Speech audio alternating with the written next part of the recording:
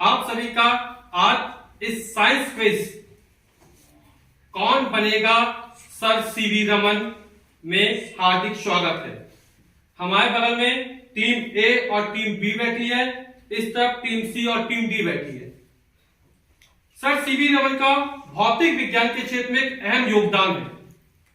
उन्होंने प्रकाश के प्रकीर्णन पर रमन प्रकीर्णन के आधार पर उनको भौतिकी का नोबेल पुरस्कार सन 1930 में दिया गया।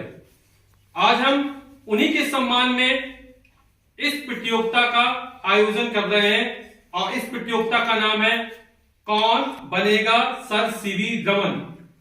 सर सीवी रमन जैसा बनना एक बहुत बड़ी उपलब्धि होती है। हम उनकी तरह बनने की कोशिश करेंगे।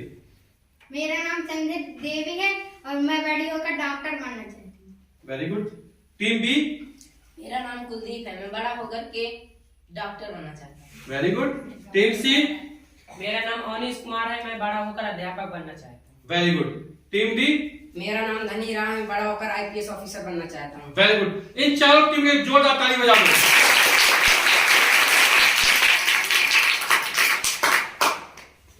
तो आज की इस क्विज में हमारे 3 राउंड हैं। पहला राउंड है रैपिड फायर क्वेश्चन राउंड। इसमें हम 10 क्वेश्चन जल्दी जल्दी से पूछेंगे और बीच में जो समय रहेगा 5 से 10 सेकंड का रहेगा। यदि क्वेश्चन का आंसर नहीं बता पाते हैं तो हम अगले क्वेश्चन में पहुंच जाएंगे। प्रत्येक क्वेश्चन सही होने पर 5 नंबर मिलेंगे और यदि आप 8 या 9 क्वेश्चन सही बताते हो तो आपको 10 बोनस अंक मिलेंगे और 10 के 10 क्वेश्चन सही बता देते हो तो आपको बोनस अंक 20 मिलेंगे। सेकंड राउंड हमारा हैंड रेज राउंड है और थर्ड राउंड हमारा पिकअप पेपर स्लिप राउंड है। तो स्टार्ट करते हैं आज का साइंस क्विज कौन बनेगा सर सीवी रमन। तो हम टीम ए से स्टार्ट करते हैं। और पहला क्वेश्चन है न्यूट्रॉन की खोज किसने की थी? हाँ सर जेम्स चैडविक ने की थी। बिल्कुल सही है। दूसरा क्वेश्चन टेलीविजन के आविष्कारक का नाम क्या है? बिल्कुल सही। डायनामो के आविष्कारक का नाम? इसका आंसर है माइकल फैराडे। अगला क्वेश्चन प्रोटॉन पर किस प्रकृति का आवेश होता है? प्रोटॉन पर धन आवेश होता है। बस हो गया। अगला क्वेश्चन बिल्कुल सही है। अंडे देने वाले जंतुओं को क्या कहते हैं? अगला सवाल हाँ अनयूज करें। बिल्कुल सही है। अगला सवाल वनस्पति विज्ञान के जनक का नाम? थियोफ्रास्टस। बिल्कुल सही जवाब है। अगला क्वेश्चन हरित क्रांति कृषि के किस क्षेत्र से संबंधित है? फसल उत्पादन से। गलत जवाब। अगला है इसका सही जवाब फसल उत्पादन। अगला है आयरन का प्रतीक क्या है? आयरन का प्रतीक। अगला क्वेश्चन एल्यूमिनियम का प्रतीक क्या है? Al। बिल्कुल सही। अगला क्वेश्चन नमक का रासायनिक सूत्र क्या है? NaCl। बिल्कुल सही जवाब। ताली बजाने का जोरदार। टीम ए ने 7 प्रश्नों के सही जवाब दिए, कोई भी बोनस अंक नहीं मिला है। इनका टोटल स्कोर होता है 35। अब हम टीम बी के पास जाते हैं। Team B are you ready? Yes. Proton की खोज किसने की थी? James Chadwick. गलत जवाब। दूसरा रेडियो के आविष्कारक का नाम क्या है? अगला प्रश्न रेडियो के आविष्कारक का नाम है जी मार्कोनी। अगला क्वेश्चन दूरबीन के आविष्कारक का नाम क्या है? गैलीलियो। दूरबीन के आविष्कारक का नाम है गैलीलियो गैलीली, है ना? बिल्कुल सही जवाब दिया। अगला क्वेश्चन है इलेक्ट्रॉन पर किस प्रकृति का आवेश होता है? धन आवेश। गलत जवाब। इलेक्ट्रॉन पर ऋण प्रकृति का आवेश होता है। अगला क्वेश्चन ऐसे जंतु जो जल तथा स्थल दोनों स्थानों पर अपना जीवन यापन करते हैं क्या कहते हैं? Very good. बिल्कुल सही जवाब है। अगला प्रश्न जंतु विज्ञान के जनक का नाम क्या है? अरस्तु। बिल्कुल सही जवाब। अगला क्वेश्चन पीली क्रांति कृषि के किस क्षेत्र से संबंधित है? तिलहन उत्पादन। बिल्कुल सही जवाब। अगला क्वेश्चन पोटेशियम का प्रतीक क्या है? के। बिल्कुल सही जवाब। अगला क्वेश्चन गोल्ड यानी सोने का प्रतीक क्या होता है? AgKu। बिल्कुल सही जवाब। अगला क्वेश्चन इलेक्ट्रॉन की खोज किसने की थी? और टाइम ओवर। तो टीम बी ने कुल 6 प्रश्नों के सही जवाब दिए। एक बार जोर ताली बजा दीजिए। और टीम बी का स्कोर होता है 6 पंचे 30। अब हम चलते हैं टीम सी के पास। Team C, are you ready? Yes sir.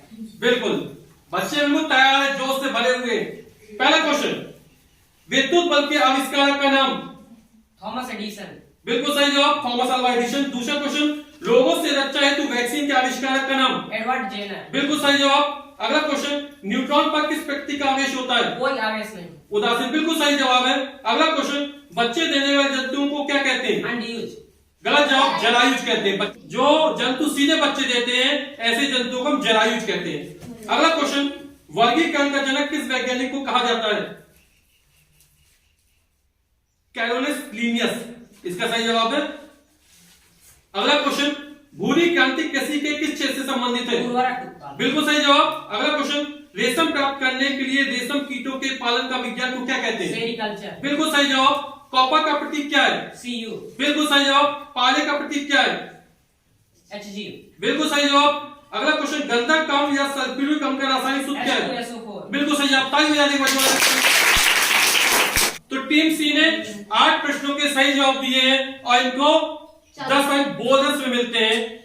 तो 8 × 5 = 40 और 10 = 50। इनका टोटल होता है 50। टीम डी तैयार हो? I am ready. Ready? Good, very good. इस तरह की भावना होनी चाहिए। हाँ, तो स्टार्ट करें। यस। किस वैज्ञानिक के अनुसार परमाणु एक अविभाज्य कण था? John Dalton. बिल्कुल सही जवाब। ग्रामोफोन के आविष्कारक का नाम? Thomas Alva Edison. बिल्कुल सही जवाब। गुरुत्वाकर्षण का नियम किसने दिया? न्यूटन। बिल्कुल सही जवाब। पदार्थ की मूलभूत इकाई क्या है? अगला क्वेश्चन, इसका आंसर है परमाणु। अगला क्वेश्चन, सबसे बड़ी कोशिका किस जीव की होती है? ओके, मुर्गे के अंडे की। गलत जवाब, तो मुक्त करना होता है। अगला सवाल, अगला क्वेश्चन, अगला क्वेश्चन, श्वेत क्रांति का जनक किसे कहा जाता है? डॉक्टर रॉबिन्स कुरियन। बिल्कुल सही जवाब। सोडियम का प्रतीक क्या है? Na। बिल्कुल सही जवाब। कार्बन का प्रतीक क्या है? C। बिल्कुल सही जवाब। पोटेशियम परमैंगनेट या लाल दवा का रासायनिक सूत्र? KMnO4। बिल्कुल सही जवाब। नाइट्रिक अम्ल का रासायनिक सूत्र क्या है? HNO3। बिल्कुल सही। ताली बजाइए बच्चों। तो टीम डी ने कुल 8 प्रश्नों के सही जवाब दिए, 40 पॉइंट और 10 पॉइंट इनको ही बोनस मिलते हैं। टोटल 50 पॉइंट हुआ। माय नेम इज विकास कुमार। मेरा नाम शुभम है, मैं कक्षा 6 में पढ़ता हूँ। हाँ, तो ये दोनों हमारे टीम के पैनल एक्सपर्ट हैं जो देखेंगे किस बच्चा का हाथ सबसे पहले उठता है। Round B, hand raise round में मैं क्वेश्चन पढ़ूंगा, है ना, और जो सबसे पहले हाथ ऊपर करेगा वही उसका आंसर देगा। सही आंसर देने पर आपको +10 पॉइंट मिलेंगे और यदि आपने गलत जवाब दिया तो आपके 5 अंक काट भी लिए जाएंगे। तो टीम ए, टीम बी, टीम सी, टीम डी तैयार हो? यस। Very good. अब हम राउंड बी स्टार्ट करते हैं। तैयार हो? टीम ए, टीम बी, टीम सी, टीम डी? Yes sir. बिल्कुल सही। अब इसमें यदि ये लोग सही जवाब नहीं देते हैं तो बच्चों आप लोगों को सही जवाब देना है, ठीक है? तैयार हो? तो हमारा पहला प्रश्न है, प्राकृतिक सूचक है? ए लिटमस, बी हल्दी, सी गुड़हल, डी उपर्युक्त सभी।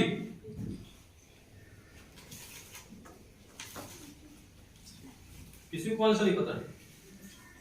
हाँ, उपर्युक्त सभी। वेरी गुड, ताली बजाओ इसके लिए। लिटमस, हल्दी, गुड़हल ये तीनों ही हमारे प्राकृतिक सूचक हैं। एक बार जोरदार ताली बजाओ। अगला प्रश्न, अमीटर का प्रयोग होता है? नंबर ए विद्युत विभव नापने के लिए, बी विभवांतर नापने के लिए, सी विद्युत धारा नापने के लिए, डी विद्युत शक्ति नापने के लिए। सबसे पहले आप विद्युत धारा। वेरी गुड, सही जवाब। मीटर का प्रयोग जो होता है वो विद्युत धारा नापने के लिए होता है। मिलता है +10 पॉइंट टीम ए।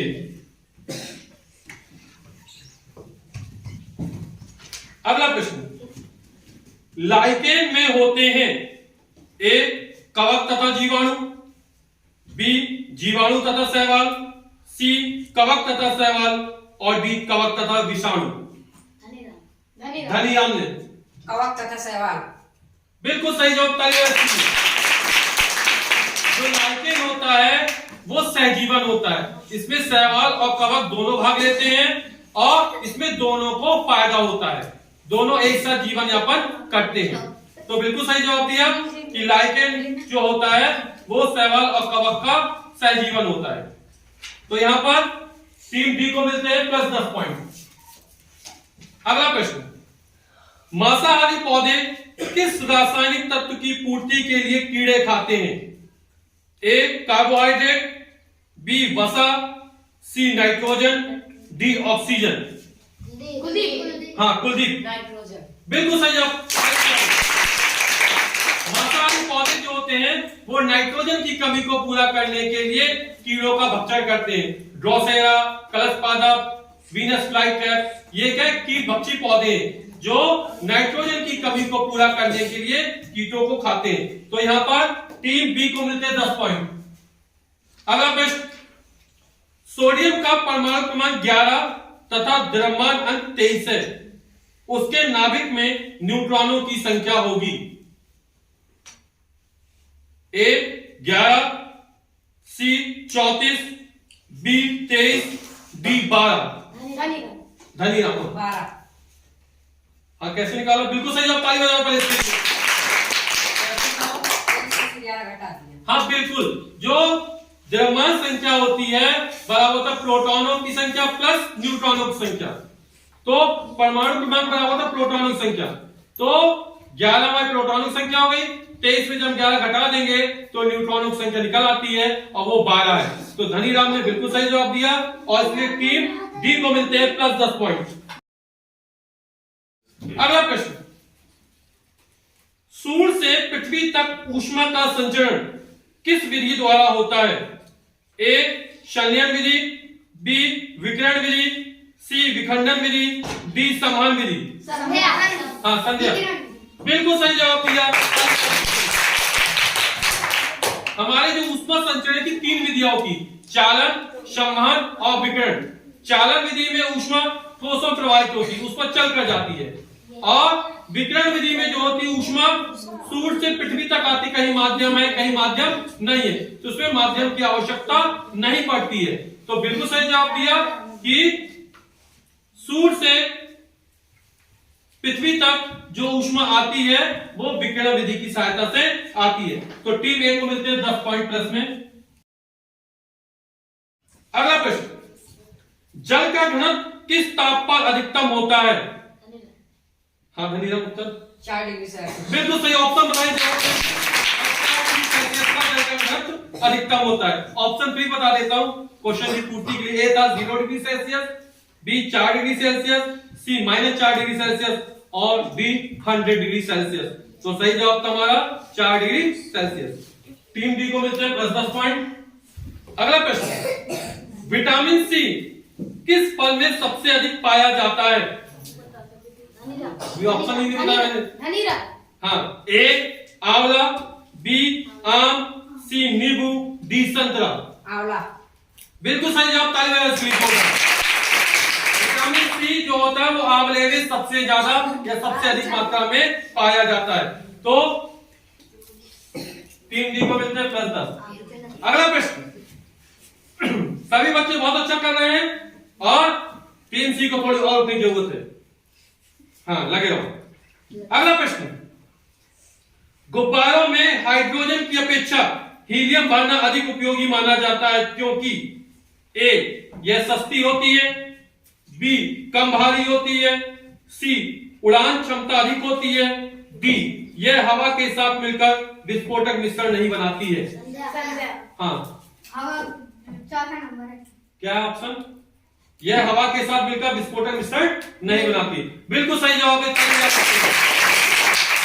होता क्यों है कि जो हीलियम है वो अक्रिय गैस है, अक्रिय गैसें किसी भी अन्य चीजों के साथ आसानी से क्रिया नहीं करती है, इसलिए ये विस्फोटक मिश्रण नहीं बना पाती है। हमारी 6 अक्रिय गैसें हैं, helium, neon, argon, krypton, xenon और रेडॉन। तो हीलियम हमारी अक्रिय गैस है, इसलिए ये हवा के साथ मिलकर विस्फोटक मिश्रण नहीं बनाती है। अगला प्रश्न, अम्ल में कौन सा पदार्थ मिलाने पर लवण तथा जल बनते हैं? ए क्षार, बी पानी, सी ऑक्सीजन, डी इनमें से कोई नहीं। हाँ बेटी, छाछ। बिल्कुल सही है, ताली बजाओ इसके लिए।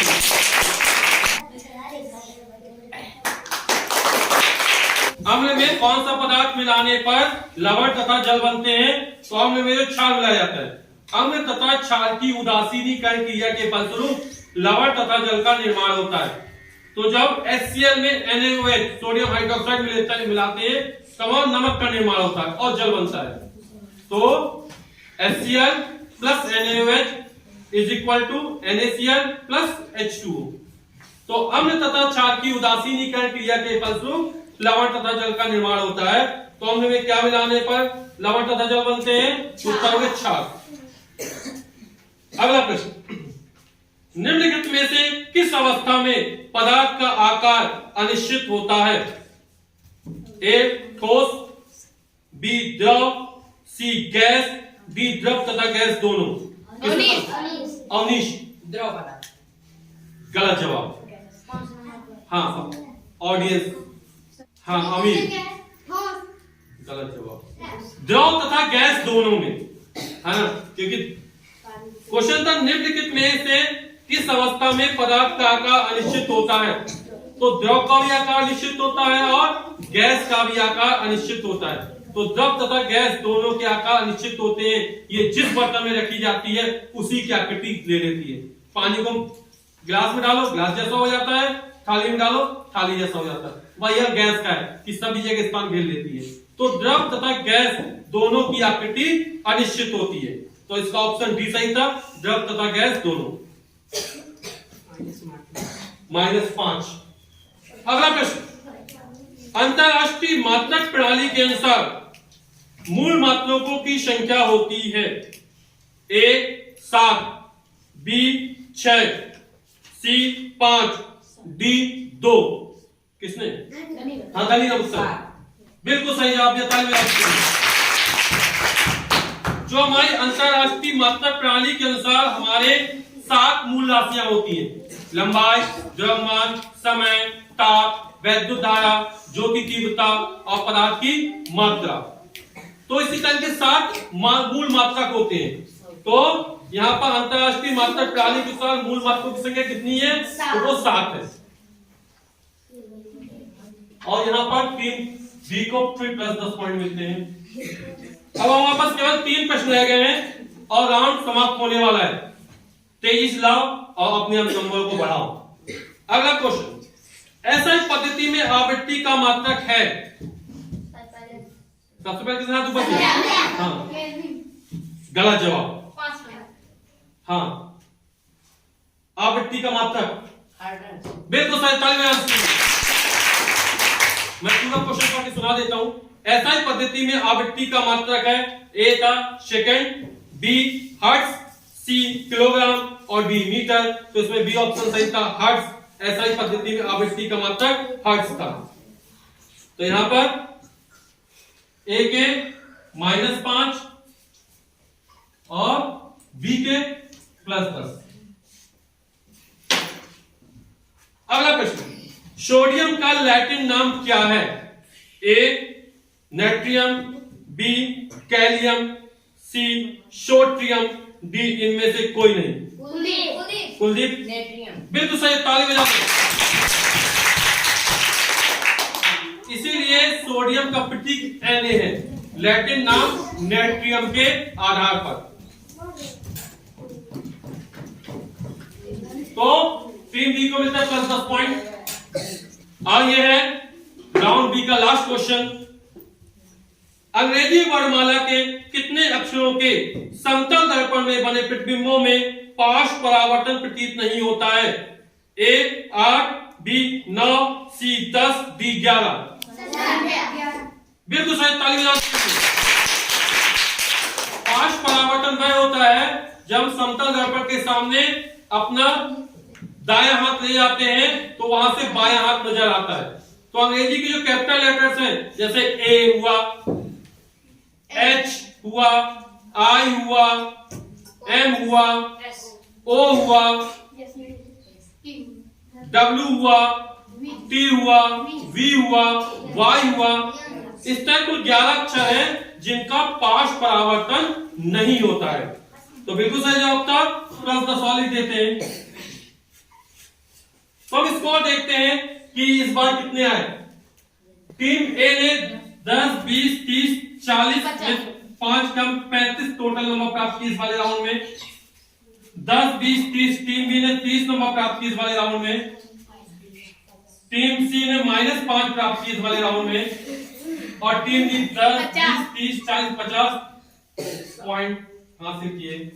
तो यहां पर जब सेकेंड राउंड है तो टीम ए के टोटल 100 पॉइंट्स हो चुके हैं। टीम सी के टोटल 45 पॉइंट्स इस समय।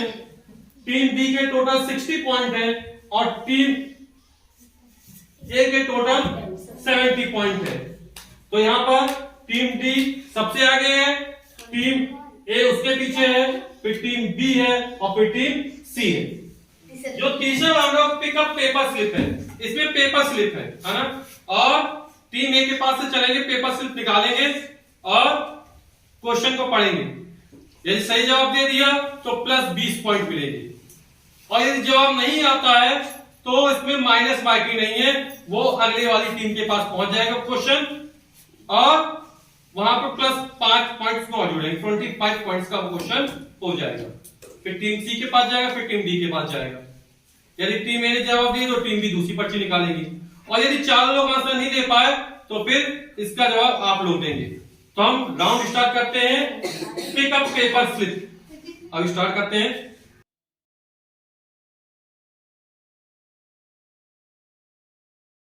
कुछ समय पूर्व जो महामारी फैली थी तो उसका नाम कोविड-19 क्यों रखा गया है? हाँ, अभी कुछ समय पहले महामारी फैली थी, उसका नाम कोविड-19 क्यों रखा गया है? क्योंकि वो दिसंबर में आए, क्योंकि वो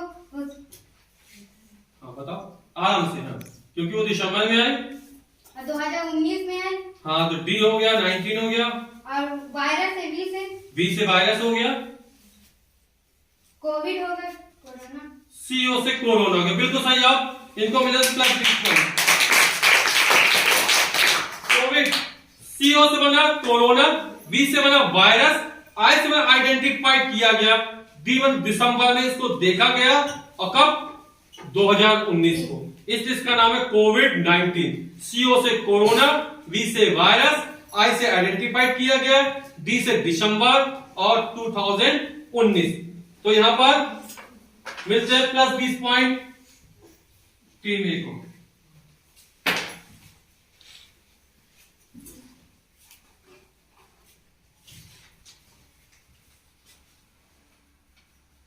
निर्वात में प्रकाश की चाल कितनी होती है? हाँ, निर्वात में प्रकाश की चाल कितनी होती है? 332 मीटर प्रति सेकंड। गलत जवाब। निर्वात ये 332 मीटर प्रति सेकंड जो चाल होती है वो ध्वनि की चाल होती है। टीम सी, क्वेश्चन है निर्वात में प्रकाश की चाल कितनी होती है? 1,84,000 किलोमीटर प्रति सेकंड। गलत जवाब। टीम डी, 3 लाख किलोमीटर प्रति सेकंड। वेरी गुड, सही जवाब। और तो मिलता है 25 पॉइंट। जो निर्वात में प्रकाश की चाल होती है वो 3 लाख किलोमीटर प्रति सेकंड होती है, या 3 × 10⁸ मीटर प्रति सेकंड प्रकाश की चाल होती है। टीम सी,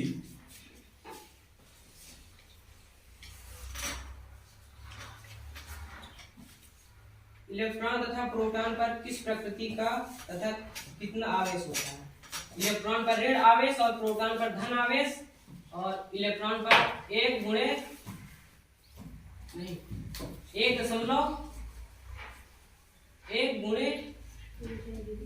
आराम से, कोई हड़बड़ाना नहीं है। तो जब ये लोग नहीं बता पाए फिर आप लोगों का नंबर आएगा। 1.6 × 10⁻⁻19 का ऋण आवेश होता है, और प्रोटॉन पर 1.6 × 10⁻⁻19 का धन आवेश। बिल्कुल सही।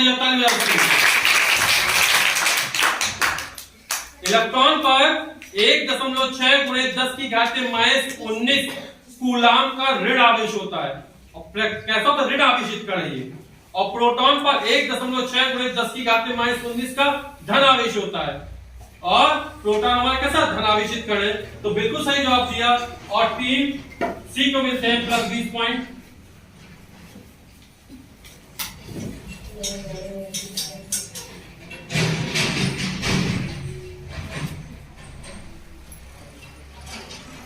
भोजन में पाए जाने वाले पोषक तत्वों के नाम लिखिए। कार्बोहाइड्रेट, वसा, प्रोटीन, विटामिन, मोटा चारा या रफेज, जल, खनिज लवण। बिल्कुल सही होता है। और इसको मिलते हैं +20 पॉइंट टीम ए।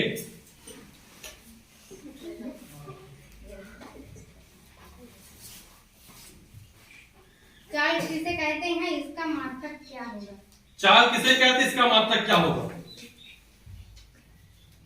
दूरी बटे समय मात्रक नहीं सर। चाल किसे कहते हैं और मात्रक क्या होगा इसका? तब सूत्र दूरी बटे समय और मात्रा को मीटर प्रति सेकंड की जाती है। सेकंड मीटर प्रति सेकंड।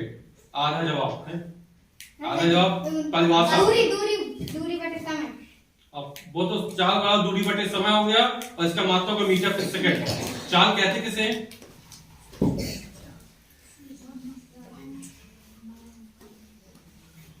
ऑडियंस से कोई बताएगा? आधा नंबर देते +10 आधा जवाब देने पर। बच्चों को बताए चाल किसे कहते हैं, चाल किसे कहते हैं, कोई बताएगा? नहीं बताएगा, चल बैठो। एकांक समय में चली गई दूरी को चाल कहते हैं। एकांक समय में चली गई दूरी को चाल कहते हैं। चाल बराबर तो दूरी बटे समय, और दूरी का मात्रक होता मीटर और समय का मात्रक होता सेकंड, तो चाल का मात्रक होता मीटर प्रति सेकंड। तो यहां पर इसको आधा जवाब देने पर 10 पॉइंट मिलते हैं। ये ठीक है, चलो।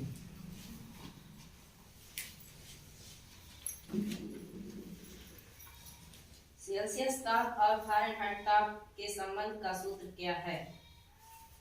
सेल्सियस ताप और फ़ारेनहाइट ताप के संबंध का सूत्र क्या है? यानी ऐसा सूत्र बताना जिसमें सेल्सियस और फ़ारेनहाइट दोनों आते हो। मानव शरीर के रक्त संबंध सूत्र बताना। नहीं 35 डिग्री सेल्सियस नहीं। हाँ, टीम सी 180/100 या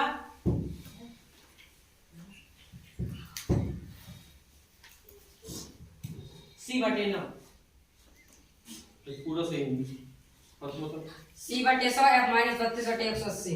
बिल्कुल सही उत्तर है। सर इसके आगे और एक नहीं बोला है।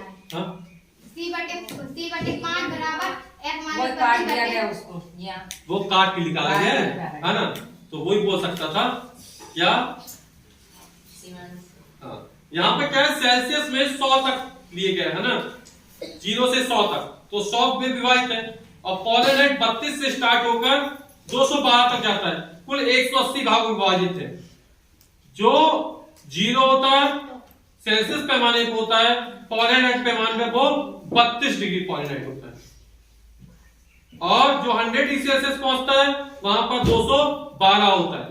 तो C/100 बराबर F -32/180, और इसको जब हम सॉल्व करते हैं तो आता है C/5 बराबर F -32/9। तो यहां पर +25 टीम डी को, टीम सी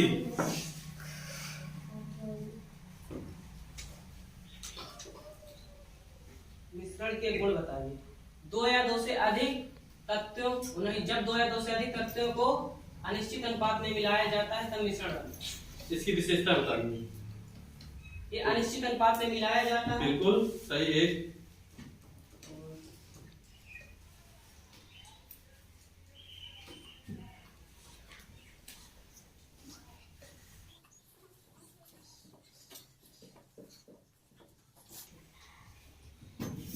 चलो आधा बताने पर इसको आधे मार्क्स दे देते हैं।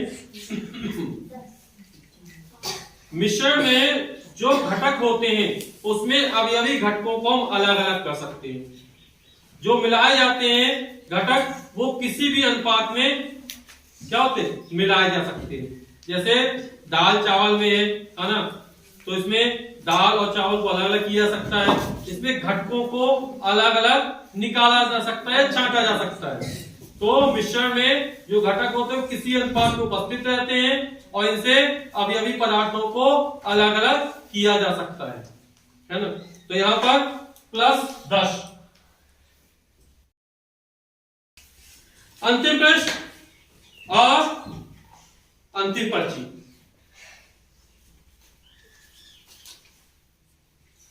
सीपीयू का पूरा नाम सेंट्रल प्रोसेसिंग यूनिट। बिल्कुल सही जवाब, ताली बजाते हैं। सीपीयू सेंट्रल प्रोसेसिंग यूनिट या केंद्रीय संसाधन इकाई कहलाती है और इसे कंप्यूटर का मस्तिष्क भी कहते हैं। तो यहाँ पर +20 पॉइंट मिलते हैं।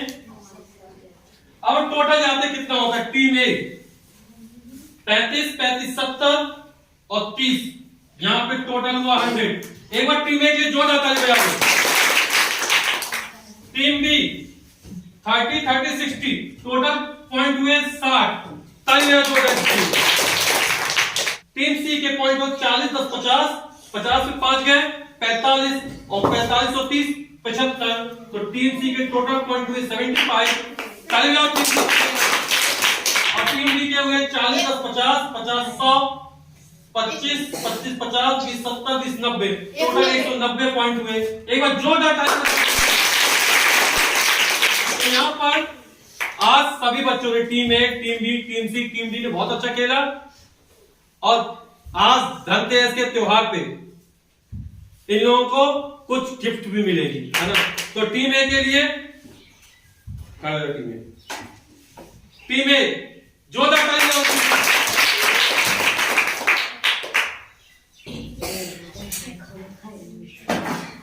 टीम बी के लिए जोरदार ताली बजाओ।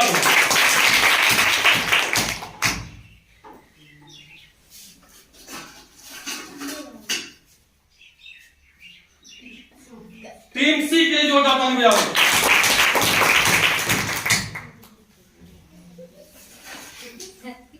टीम डी के लिए जोरदार ताली बजाओ। आप सभी लोगों को धनतेरस की, दीपावली की हार्दिक शुभकामनाएं। आप लोग खूब पढ़ाई लिखाई करें और अगली बार क्विज के लिए तैयार रहें। अगली बार केवल कक्षा 6 की क्विज होगी और देखते हैं कि इसमें कौन कौन से बच्चे पार्टिसिपेट करते हैं और क्विज का पैटर्न पूरा इसी तरह का रहेगा। तो एक बार जोरदार ताली बजा दो।